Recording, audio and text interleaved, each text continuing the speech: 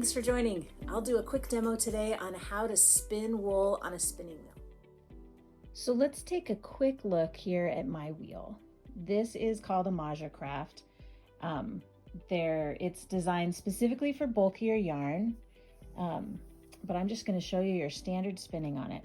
So what a wheel's got is it's got foot pedals. These are treadles that turn this larger wheel around. The rotation of the larger wheel is then transferred up here to a little sprocket, if you think about gears on a bike, so that every one time around for the big wheel, this will go around multiple times, which in turn turns what's called the flyer, and then the tension on the yarn going into the spool will create a draw in. And so all this is doing is this simple rotation is creating a twist in the fiber as it feeds on to the spool. So let's take a look at spinning in action. So a spinning wheel is basically a twisting machine. The fibers are twisted to give them strength. Right here, wool fibers, any kind of fibers, they will just come apart. So it's difficult to use. To make it strong and usable, something you could knit with, crochet with, or weave with, you need to put some strength into it. Twisting the fibers creates this amazingly strong strand that then can be used in projects. So let me show you how the wheel works. What I'm gonna do is I'm gonna start treadling.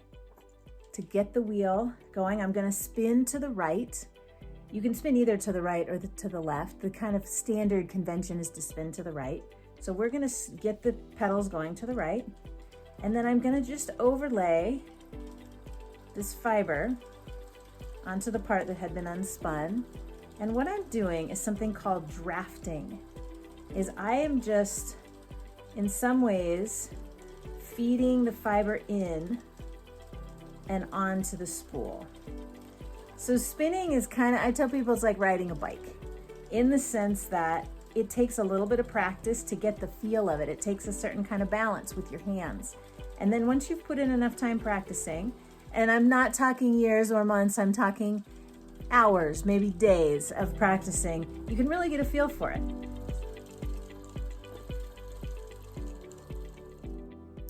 Now, when you've spun yarn or wool into a strand of yarn, this strand has all kinds of energy. The twist you've put into it is energy.